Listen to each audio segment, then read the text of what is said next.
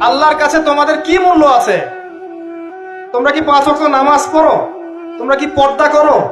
তোমাদের মধ্যে হায়াবোধ কিছু আছে? তোমরা মানুষকে ভালো কিছু শিখাও, সমাজকে ভালো কিছু দাও, শালীন কিছু দাও। আল্লাহর কাছে তোমাদের কি মূল্য আছে? নবী সাল্লাল্লাহু আলাইহি ওয়াসাল্লাম তো জাহান্নাম দেখে সেই কথাটাই বলেছেন, আমি জাহান্নাম দেখে আসলাম, সেখানে বেশিরভাগ অধিবাসী হচ্ছে মেয়ে, নারী। কি কারণ? তারা এমন কাপড় চোপড় পরে বাইরে ঘুরতো, যে কাপড় পরেও তারা নগ্ন থাকে। আমি কি ব্যাখ্যা করতে হবে? আপনি দেখতে পারেন না? এবং তারা স্বামীর সাথে কুফরি করত। সারা জীবন স্বামী যদি তাদের ভরণ পোষণ দেয়, ভালোবাসে, মহব্বত করে, তাদের জন্য জীবনটা ক্ষয় করে ফেলে, এক পর্যায়ে গিয়ে বলবে, সারাটা জীবন তোমার কাছে কিছুই পাইলাম না। বাস্তব। এগুলোর কারণে মেয়েরা বেশি বেশি জাহান্নামে যাবে।